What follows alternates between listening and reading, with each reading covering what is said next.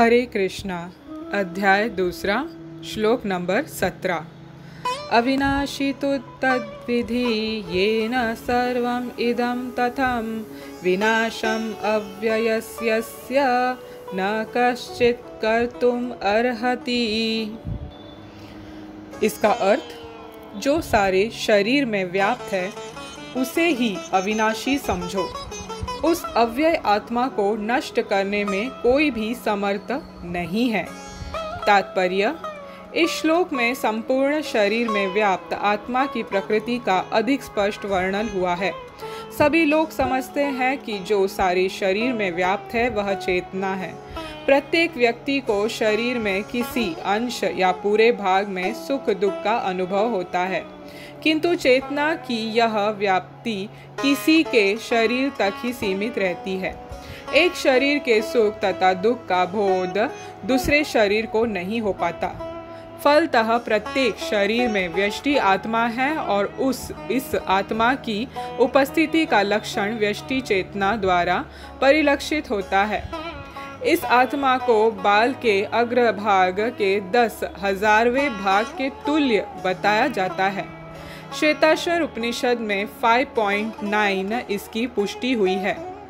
बालाग्र सता भागस्य सतदा कल्पितस्य च भागो जीवः विज्ञेयः स चानन्यत्य कल्पते।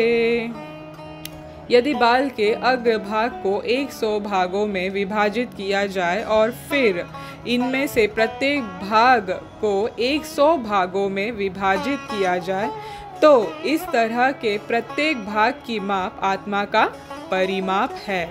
इसी प्रकार यही कथन निम्नलिखित श्लोक में मिलता है। केशाग्र सतभागस्य सतं सहस्रसत्मकः जीवः सूक्ष्म स्वरूपोऽयं संख्यातीतो हि चित्तकानः। आत्मा के परमाणुओं के अनंत कण हैं जो माप में बाल के अगले भाग नोक के 10,000वें भाग के बराबर है। इस प्रकार आत्मा का प्रत्येक कण भौतिक परमाणुओं से भी छोटा है और ऐसे असंख्य कण हैं। यह अत्यंत लघु आत्मा स्फुलिंग भौतिक शरीर का मूल आधार है और इस आत्मा स्फुलिंग का प्रभाव सारे शरीर में उसी तरह व्याप्त है जिस प्रकार किसी औषधि का प्रभाव व्याप्त रहता है। आत्मा की यह धारा, विद्युत धारा, सारे शरीर में चेतना के रूप में अनुभव की जाती है और यही आत्मा के अस्तित्व का प्रमाण है। सामान्य से सामान्य व्यक्ति भी समझ सकता है कि यह भौतिक संयोग के फल स्वरूप नहीं है अपितु आत्मा के कारण है। मुंडक उपनिषद में 3.1.9 सूक्ष्म परमाणविक आत्मा की और अधिक विवेचना हुई है। एषो नुरात्मा चेतसा वेदितव्यो यस्मिन् प्राणः पंचधा संविवेश प्राणैश्चित्तं सर्वं ओत्तं प्रजानां यस्मिन् विशुद्धे विभवति एष आत्मा। आत्मा आकाश में आकार में अणुतुल्य है जिसे पूर्ण बुद्धि के द्वारा जाना जा सकता है। यह अणु आत्मा 5 प्रकार के प्राणों में तैर रहा है। वह है प्राण, अपान, व्यान, समान और उदान। यह हृदय के भीतर स्थित है और देहधारी जीव के पूरे शरीर में अपने प्रभाव का विस्तार करता है। जब आत्मा को 5 वायुओं के कल्मश से शुद्ध कर लिया जाता है तो इसका आध्यात्मिक प्रभाव प्रकट होता है। हठ योग का प्रयोजन विविध आसनों द्वारा उन 5 प्रकार के प्राणों को नियंत्रित करना है जो आत्मा की घेरे हुए हैं। यह योग किसी भौतिक लाभ के लिए नहीं अपितु भौतिक आकाश के बंधन से अणु आत्मा की मुक्ति के लिए किया जाता है। इस प्रकार अणु आत्मा को सारे वैदिक साहित्य ने स्वीकारा है और प्रत्येक बुद्धिमान व्यक्ति अपने व्यावहारिक अनुभव से इसका प्रत्यक्ष अनुभव करता है। केवल मूर्ख व्यक्ति ही इस अणु आत्मा को सर्वव्यापी विष्णु तत्व के रूप में सोच सकता है। अणु आत्मा का प्रभाव पूरे शरीर में व्याप्त हो सकता है। मुंडक उपनिषद के अनुसार यह अणु आत्मा प्रत्येक जीव के हृदय में स्थित है, और चूंकि भौतिक विज्ञानी इस अणु आत्मा को माप सकने में असमर्थ है, उसे उनमें से कुछ यह अनुभव करते हैं कि आत्मा है ही नहीं। व्यष्टि आत्मा तो निस्संदेह परमात्मा के साथ साथ हृदय में है, और इसीलिए शारीरिक गतियों की सारी शक्ति शरीर के इस भाग से उद्भूत है। जो लाल रक्तगण फेफड़े से ऑक्सीजन ले जाते हैं, वे आत्मा से ही शक्ति प्राप्त करते हैं। अतः जब आत्मा इस स्थान से निकल जाता है तो रक्तोपादक संलयन फ्यूजन बंद हो जाता है। औषधि विज्ञान लाल रक्त कणों की महत्ता को स्वीकार करता है, किंतु वह यह निश्चित नहीं कर पाता कि शक्ति का स्रोत आत्मा है। जो भी हो, औषधि विज्ञान यह स्वीकार करता है कि शरीर की सारी शक्ति का उद्गम स्थल हृदय है। पूर्ण आत्मा के ऐसे अणुकणों की तुलना सूर्य प्रकाश के कणों से की जाती है और प्रभा या पराशक्ति कहलाते हैं। अतः चाहे कोई वैदिक ज्ञान का अनुगामी हो या आधुनिक विज्ञान का, वह शरीर में आत्मा के अस्तित्व को नकार नहीं सकता। भगवान ने स्वयं भगवद गीता में आत्मा के इस विज्ञान का विशद वर्णन किया है। हरे कृष्णा। तो ये था तात्पर्य दोस्तों। बहुत बड़ा और ज़्यादा विस्तार में श्रीला प्रभुपाद ने हमको बहुत अच्छी तरह से समझाया है what is the nature of soul and what are its symptoms. इसका स्वभाव क्या है, आत्मा का स्वभाव क्या है और इसका प्रमाण क्या है, ये पूरे विस्तार में इसके तात्पर्य में बताया है, जो भगवान ने अर्जुन को समझाया कि हम अविनाशी है। आत्मा जो है वो अविनाशी है, नष्ट नहीं किया जा सकता, नहीं होता।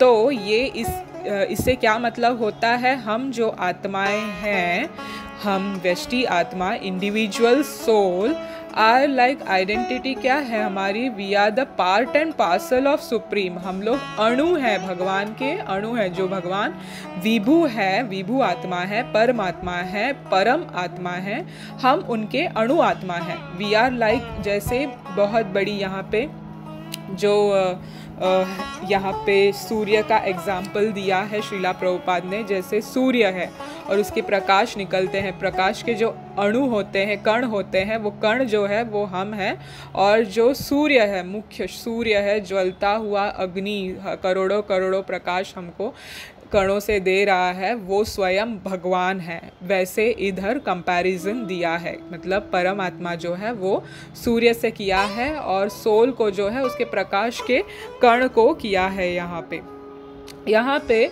सोल को मेजरमेंट दिया है, हमको बताया है, उसका मेजरमेंट बताया है जो हमको दिख नहीं सकता आत्मा, बट मेजरमेंट यहाँ पे बहुत प्रमाण दिया है भगवद गीता में ही, और श्वेताश्वर उपनिषद, मुंडक उपनिषद में भी दिया है। जो बाल के अग्रगण, मतलब जो टिप है दोस्तों, आप अगर बाल लेके देखोगे, बाल का टिप जो है उसका 1000 जो पार्ट काट के हम अगर उसका 1000 पार्ट लेते हैं तो वो बाल का साइज है। मतलब इट इज़ इम्पॉसिबल, आप माइक्रोस्कोप से भी देखना चाहोगे तो सोल को नहीं देख पाओगे। दिस इज़ कॉल्ड वैदिक शास्त्र। ये हमारा पुरातन काल का संस्कृति शास्त्र जो बता रहा है, इसको हमको बिलीव करना है। इसे ही बोलते हैं अचिंत्य भेद तत्व। मतलब हम भगवान को नहीं जान सकते, बहुत मुश्किल है भगवान को जानना और भगवान की अनंत शक्तियों को जानना। ये हमारे बुद्धि के परे है। इसीलिए शास्त्र कह रहा है तो हमको बिलीव करना है ये है, क्योंकि इसकी जो अनुभूति है, प्रमाण है, सिम्टम है सोल का, वो है कॉन्शियसनेस, इंडिविजुअल कॉन्शियसनेस। व्यष्टि आत्मा का जो चेतना है हर एक के शरीर में उसका अलग अलग होता है। मतलब मुझे कुछ तकलीफ हो रही है तो वो मुझे समझ में आ रहा है, मगर वो दूसरे शरीर को, मतलब आपको नहीं समझ में आएगा। आपको अगर कुछ दुख है, आपके शरीर में कुछ व्याधि है, तो वो मुझे नहीं समझ में आएगा, किसी और को नहीं समझ में आएगा, क्योंकि उसकी चेतना जो है आपके शरीर में प्रवाह हो रही है, फ्लो हो रही है।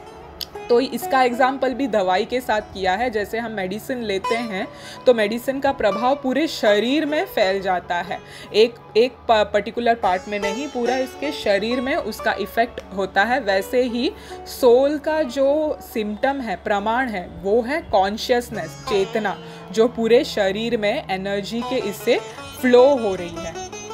अब ये जो मेन जो है, मतलब सिम्टम जो बताया है यहाँ पे, ये कैसे यहाँ पे दिया है कि दूसरी चीज़ जो बताई है यहाँ पे कि जो साइंटिस्ट है वो बोलते हैं, वो ये तक समझ लेते हैं कि है ये एनर्जी है, बट वो एनर्जी को सोल के साथ कनेक्ट नहीं कर पाते हैं, वो सोल तक नहीं पहुंच पाते हैं, क्योंकि जो सोल का जो मेजरमेंट है जहाँ पे बताया है, वो एटमिक जो एटम है, मटेरियल एटम जो है, हम सुनते हैं न्यूट्रॉन, प्रोटॉन या जो भी है इलेक्ट्रॉन, वो एटम जो हमारे माइक्रोस्कोप से देखा जाता है, जो भी उपकरण से देखा जाता है, बट सोल को नहीं देखा जाता है। मतलब वो एटम, मटेरियल एटम से भी बहुत छोटा है, एटमिक सोल बहुत छोटा है, वो हमारी दृष्टि में नहीं आ सकता।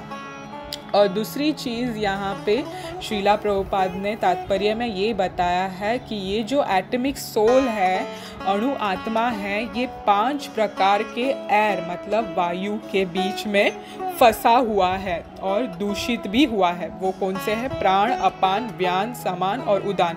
ये जो प्राण वायु है ना दोस्तों, ये पूरे हमारे शरीर में घूम रहे हैं, मतलब ये आगे पीछे ऊपर नीचे ऐसे ये संचलित हो रहे हैं।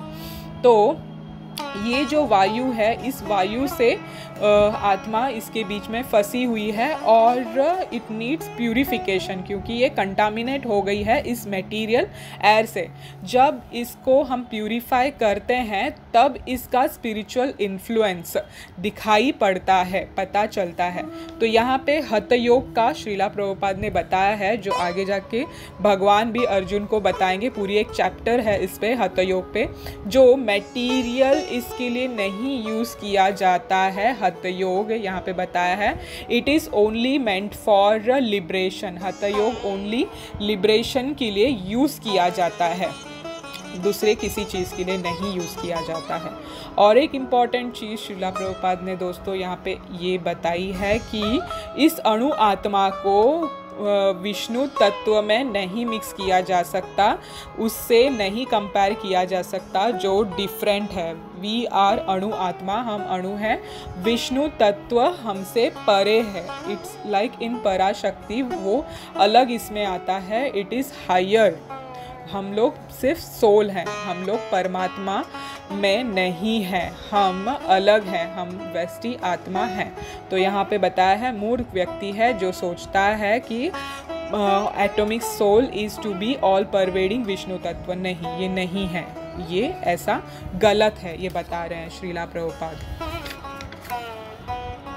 अब आपको दूसरा जो प्रैक्टिकल एग्जाम्पल मैं आपको दूं तो आपको क्लियर करने के लिए, जैसे एक बॉनफायर हुआ, बहुत बड़ी अग्नि हमने जलाई, जैसे होली में जलाते हैं दव अग्नि, जैसे हम जलाते हैं ना, वैसे टाइप की अग्नि, बहुत बड़ी अग्नि जलाते हैं, तो उसमें से जैसे चिंगारी निकलती, कभी आपने देखा रहेगा छोटा छोटा स्पार्क निकलता है जो बुझ जाता है, विद इन अ सेकेंड बुझ जाता है।